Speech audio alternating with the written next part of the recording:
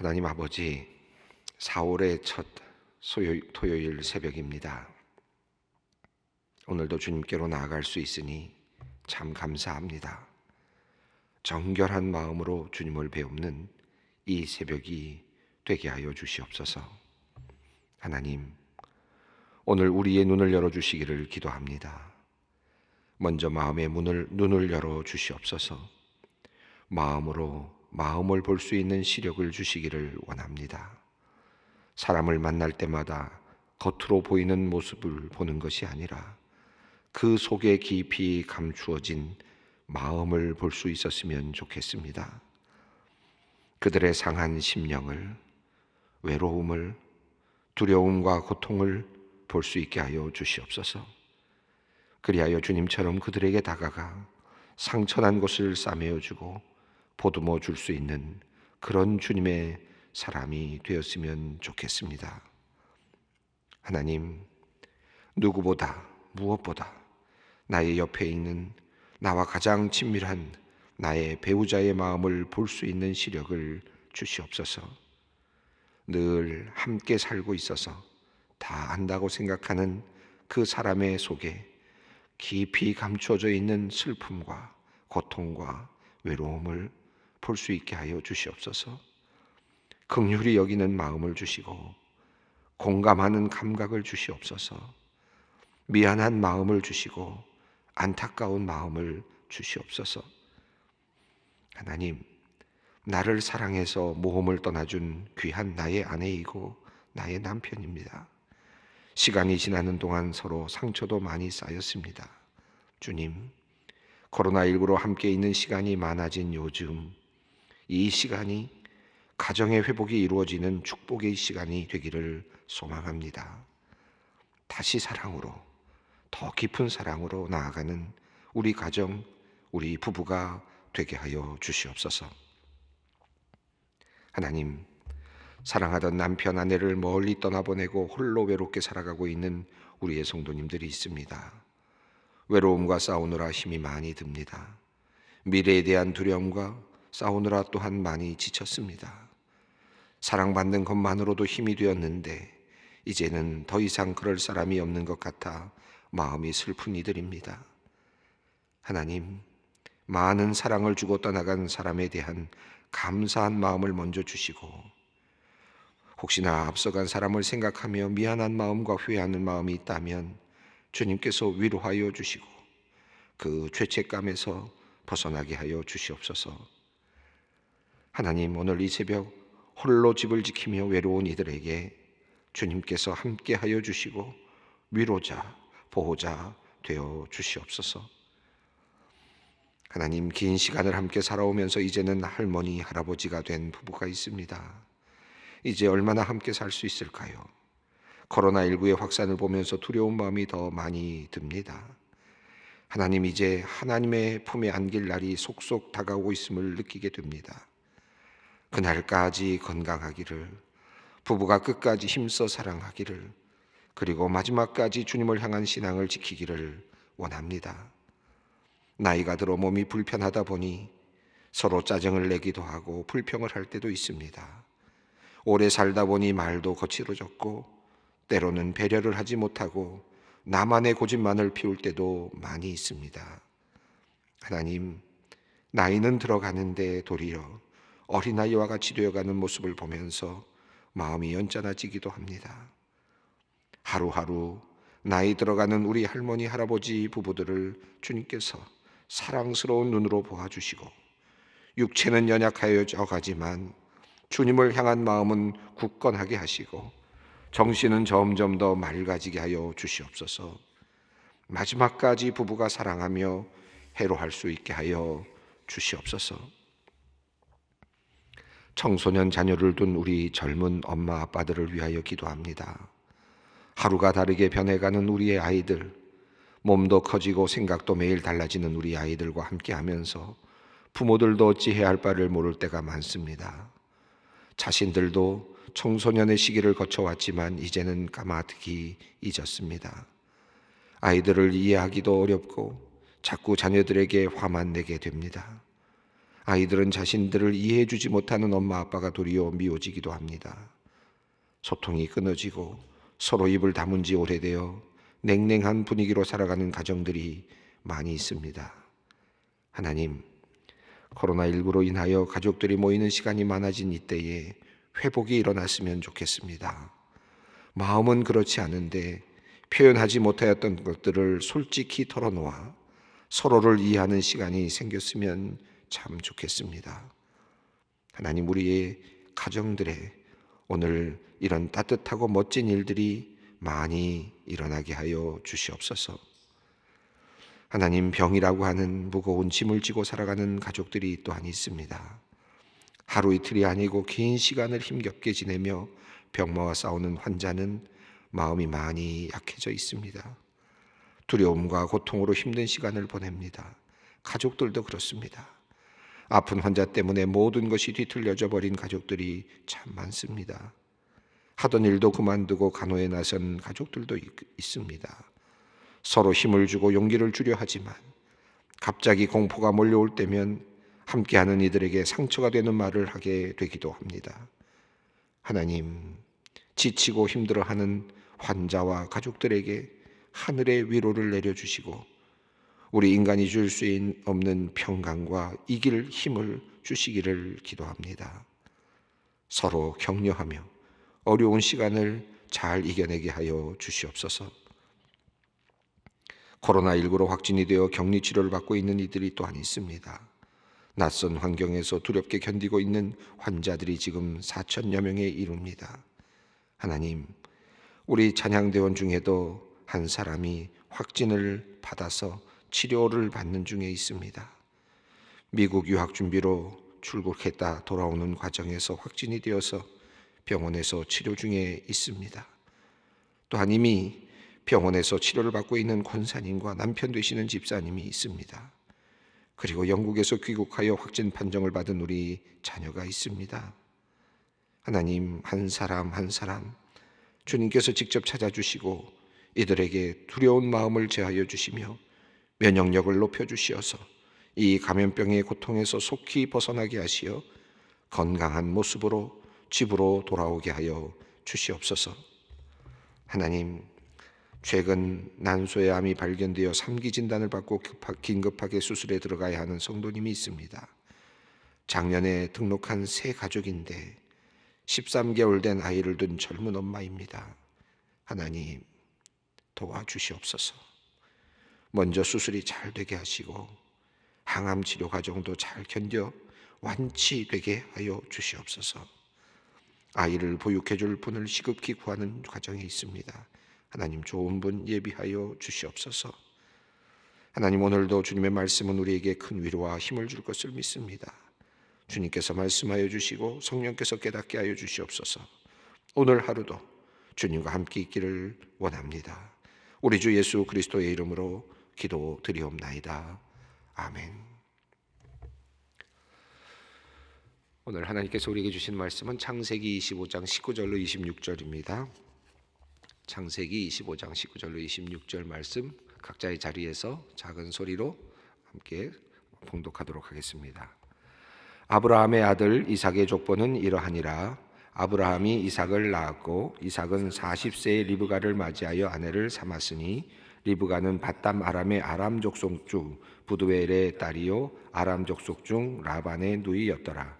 이삭이 그의 아내가 임신하지 못하므로 그를 위하여 여호와께 간구하매 여호와께서 그의 간구를 들으셨으므로 그의 아내 리브가가 임신하였더니 그 아들들이 그의 태 속에서 서로 싸우는지라.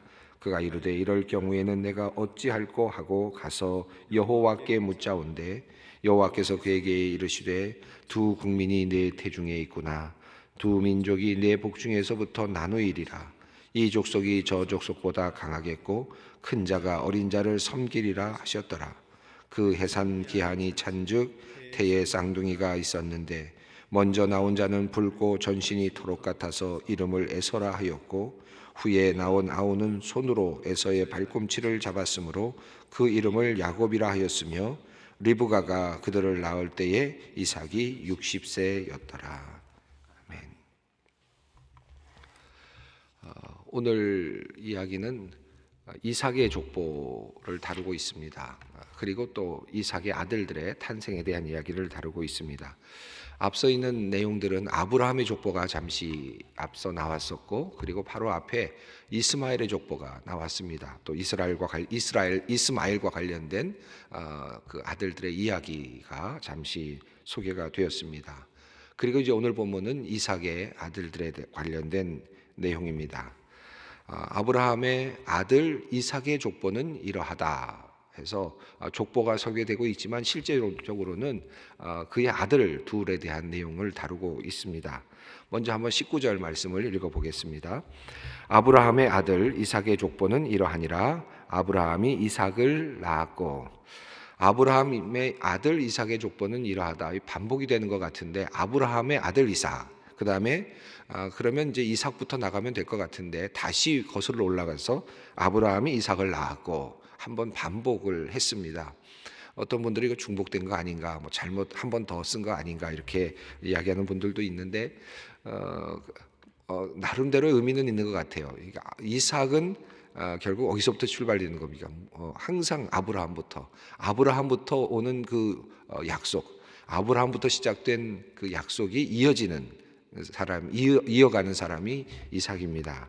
그래서 그런지 지금 아브라함의 아들 이삭, 또 아브라함이 이삭을 낳았다, 이렇게 두 번 반복해서 이삭이 아브라함과 깊은 관계가 있음을 다시 한번 확인하고 있습니다. 자, 아브라함의 아들 이삭, 이것이 굉장히 중요합니다. 아브라함의 아들, 약속을 받은 아브라함의 아들 이삭, 약속을 받은 자의 아들, 약속을 받은 자의 씨, 이것이 매우 중요했습니다. 이것은 하나님의 주권적인 역사였죠.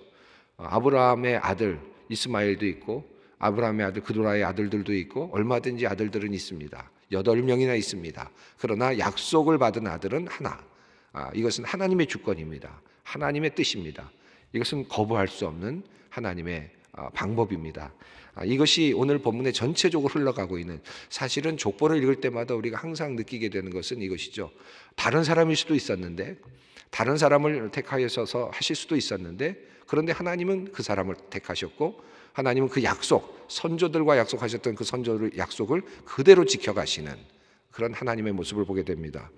여기서는 중요한 것은 하나님의 주권적인 역사와 또 하나님께서 약속하신 것을 이루어 가시는 역사, 이 두 가지가 매우 중요한 관점이라고 볼 수 있겠습니다. 자, 아브라함의 아들 이삭의 족보는 이러하다. 아브라함이 이삭을 낳았다 하는 내용이 나오는데, 조금 더 분명하게 20절이 그 내용을 설명하고 있습니다. 20절 읽습니다. 이삭은 40세에 리브가를 맞이하여 아내를 삼았으니, 리브가는 밧단 아람의 아람 족속 중 부두엘의 딸이요 아람 족속 중 라반의 누이였더라. 여기서 분명한 것은 앞에 나왔던 내용을 반복하고 있습니다.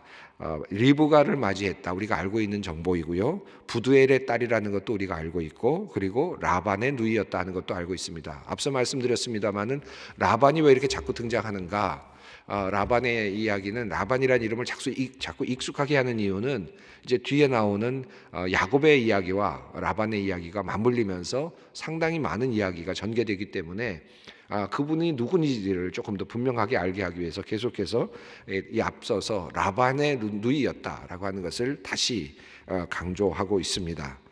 자, 그런데 문제가 이제 생깁니다. 21절이 매우 중요한, 이제 이 본문에서 굉장히 중요한 내용인데 한번 읽어보겠습니다. 이삭이 그의 아내가 임신하지 못함으로 그를 위하여 여호와께 간구하매 여호와께서 그의 간구를 들으셨으므로 그의 아내 리브가가 임신하였더니. 이 내용이 참 여러 가지 생각을 하게 합니다. 21절 말씀, 아내가 임신하지 못함으로, 리브가를 맞이하였는데 아내가 임신하지 못하였다. 그래서 기도했다 하는 그런 내용입니다. 임신하지 못한 것을 얼마만큼이 알았을까요? 만나자마자 알았을까요? 그렇진 않겠죠. 1년을 기다려 봤겠죠. 또 2년을 기다려 봤겠죠. 3년을 기다려 봤겠죠. 4년을 기다려 봤겠죠. 1년 기다리고 2년 기다리고 3년 기다리는 기다림의 시간이 있었을 겁니다. 그런데 아이를 임신하지 못하는구나, 이 아이가 임신되지 않는구나 하는 것을 알아간 것은 아마 몇 년이 지나서였겠습니다. 그렇지 않겠습니까? 우리가 결혼하면 보통 몇 년 동안 살면서도 얼마든지 우린 하나님께서 아이를 주실 것이다 생각을 하고 지나는 경우들이 참 많은데, 아이를 임신하지 못했다라는 결론에 도달하기까지는 상당한 시간이 걸렸을 겁니다. 어느 정도 시간이 걸렸는지 여러분 아십니까? 이 26절 한번 읽어보시면 좋겠습니다. 한번 읽어보겠습니다. 후에 나오는 손으로 에서의 발꿈치를 잡았으므로 그 이름을 야곱이라 하였으며 리브가의 아들을 낳을 때 이삭이 60세였더라. 60세였다 그랬습니다. 그러면 지금 리브가를 만날 때 나이가 몇 살이라고 그랬습니까? 40이라고 했습니다.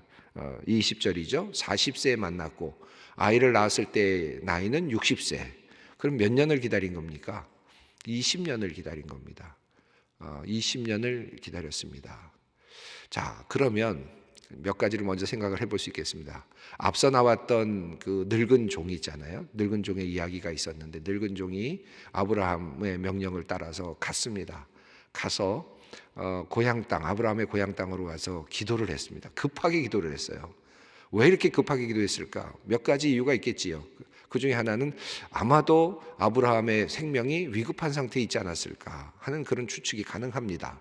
성경의 정황을 보아도 그 이후에 아브라함의 이야기가 나오지 않는 걸로 봐서 혹시 아브라함이 위독한 상태가 아니었을까 추측은 가능합니다. 물론 나이상으로 본다면 그 이후에도 30년 정도를 살았다고 보여지지만, 그러나 당시에 또 위급했을 수도 있습니다. 어쨌든 아브라함이 위중한 상태였을 가능성이 있고, 또 하나는 그가 그렇게 빨리 찾아가서 사람을 데리고 와야 되는, 리브가를 찾아와야 되는 이유가 무엇이었겠습니까?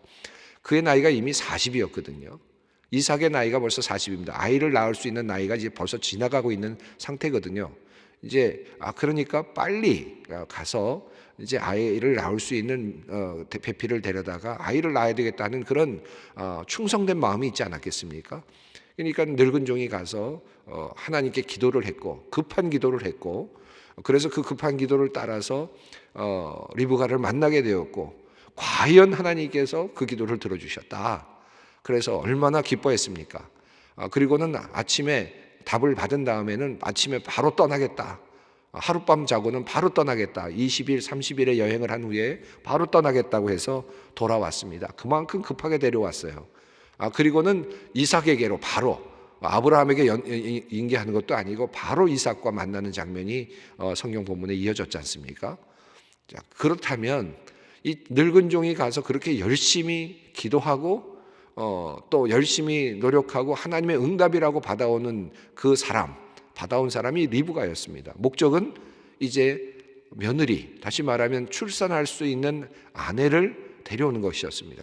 대를 이어가는 것, 약속의 그 가문이 되어 가도록 하는 것, 그리고 또 그의 아이를 통해서 대대로 그 하나님의 그 약속의 씨가 이어가든 자손이 하늘의 별과 같이 땅의 모래와 같이 그렇게 많아지게 되는 그런 어떻게 보면 약속의 가문이 되는, 그곳에 유일한 며느리가 되는, 유일한 아내가 되는 사람으로 데려온 것입니다.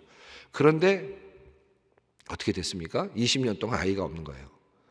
자, 그러면 늙은 종이 얼마나 살았는지 모르겠는데, 늙은 종이 마음을 한번 생각해 봅니다. 내가 가서 기도해서 열심히 찾아서 하나님의 응답이라고 확신하고, 그리고 데려온 사람 리브가, 그러면 이제 빨리 아이를 낳고 바로 즉시 아이를 가지고 출산을 하고, 그래서 아이들이 많아지고 늘어나고 뭐 이러면 좋겠는데 그게 안 되는 거예요. 그리고 1년이 지나고 2년이 지나고 3년이 지나고 몇 살쯤 살았을까요? 늙은 종이 얼마쯤 살았을까? 한 15년, 20년을 살았으면 늙은 종의 마음이 어땠을까요? 아마 굉장히 초조했을 것 같습니다. 야, 이게 진짜 하나님의 응답이 맞았나? 내가 정말 제대로 이 배필을 데려온 건 맞나? 이게 내가 기도했던 그 기도가 정말 제대로 된 응답이었나? 그게 정말 하나님의 뜻이라고 확신했는데, 확신에 차서 시작했는데 이게 도대체 뭔가? 이런 생각을 하지 않았을까?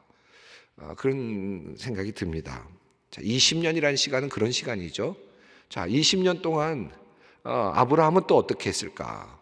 아브라함의 나이, 이 성경상의 나이로 본다면 사실은 성경상에 등장을 하지 않아서 이 아브라함이 살았을까 죽었을까 참 애매합니다만은 성경이 말하고 있는 나이로만 따져 본다면 40세에 이미 100세에 난 아들이지 않습니까?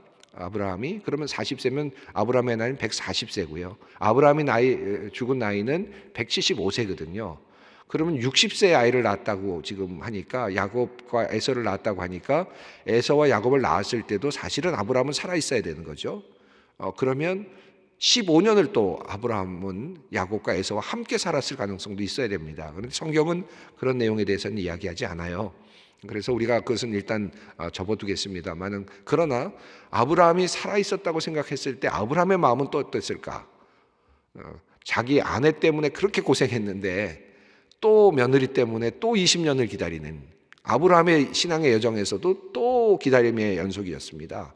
그러니까 아브라함이 이삭을 낳고 이삭을 낳은 것만으로서 해피엔딩 끝나는 것이 아니라 그의 믿음의 여정은 또다시, 아브라함이 20년을 이삭을 살았다면 20년을 또 살면서 또 믿음의 생활을 해야 된다는 것이었단 말이죠. 또 멀리 바라봐야 되는 거였습니다. 하나님께서 이 약속한 그 약속, 하늘의 별과 같이 땅의 모래와 같이 티끌과 같이 되게 하시겠다는 그 약속을 또 믿어야 되는 20년이 필요했다는 것이라면 과연 이게 어떤 의미일까 한번 생각을 해보게 됩니다. 자, 그런데 그러니까 이삭은 임신하지 못하는 경험을 몇 년을 한 거냐면 20년을 한 거예요. 그렇지 않습니까? 자, 그런데 이삭은 어떻게 했습니까? 여러분, 이삭은요 족장들 중에서 유일하게 아내가 하나죠. 리브가 외에는 나오는 이름이 없습니다. 다른 아브라함만 해도 8명이 나오고 야곱도 마찬가지고 다 다른 이름들이 나오는데 이삭만큼은 또 다른 사람이 없어요. 그만큼 아주 순수함과 정결함을 유지하고 있는 모습을 볼 수 있습니다. 아브라함과 비교해 보면 많이 다릅니다. 아브라함은 어떻게 했습니까? 75세의 아브라함이 이제 하나님의 명령을 받아서 떠나라는 명령을 받고 떠났는데, 그러나 하나님께서 그런 다음에 어떻게 됐습니까? 10년, 11년이 되기 전에 75세에 나갔는데, 그 다음에 하나님과 먼저 대면해서 이야기 나누는 게 뭡니까? 나의 상속자는 다메섹에 있는 엘리에셀입니다. 본인이 스스로 정하거든요. 그만큼 급합니다. 그리고 나서 그 다음에는 하나님께서 내 몸에서 난 씨여야 된다라고 하자, 그 다음에 어떻게 했습니까? 사라를 통해서 하갈을 얻게 되고, 하갈을 통해서 아이를 낳는데 86살, 그러니까 86세에 낳습니다. 그러니까 11년 만에, 고향을 떠난 지 11년 만에 아이를 하갈을 통해서 낳게 됩니다. 뭐 그두라의 아이들을 통해서 낳는 아이들을 또 포함할 수도 있겠습니다만은, 어쨌든 나름대로 인간적으로 해결하려고 노력했고, 그리고 나서 다시 13년, 그보다 더 많은 시간을 기다려서 99세가 되었을 때 하나님의 사자를 통해서 이제 사라를 통해서 아이를 낳을 것이라고 하는 그런 음성을 듣고, 그리고 나서야 이삭을 얻게 되죠. 그러니까 아브라함은 나름대로 하나님의 그 약속을 받았음에도 불구하고 실수도 했고 믿음 없는 행동도 사실은 했습니다. 자, 그런데 이삭은 어떻게 합니까? 이삭은 임신하지 못하는 20년 동안 무엇을 했나? 다른 했다는 기록이 없어요. 뭐 첩을 두었다든지, 또는 뭐 하나님께 다른 투정을 부렸다든지, 대안을 얘기했다든지, 그런 내용이 없고 딱 한 가지입니다. 21절 보면 그를 위하여 여호와께 간구하매, 하나님께 간구했다. 기도, 20년의 기도입니다. 그래서 20년 동안의 기도를 하나님께서 들으시고 그의 아내 리브가가 임신하게 되었다는 것입니다. 시간이 또 많이 가고 있는데 한 가지 제가 말씀드리고 싶은 이것입니다. 우리 신앙의 여정에서 이런 경우들이 참 많아요. 내가 기도해서 이루어졌다. 이것은 분명한 하나님의 응답이다. 우리들이 인생을 살아가면서 그럴 때가 많죠. 또 신앙인들은 그런 경험이 참 많습니다. 그러니까 신앙인이죠. 그래서 우리는 기도를 통해서 이건 분명히 하나님께서 주셨다, 하나님의 뜻이다, 확신할 때가 많습니다. 그건 분명히 하나님의 뜻이죠.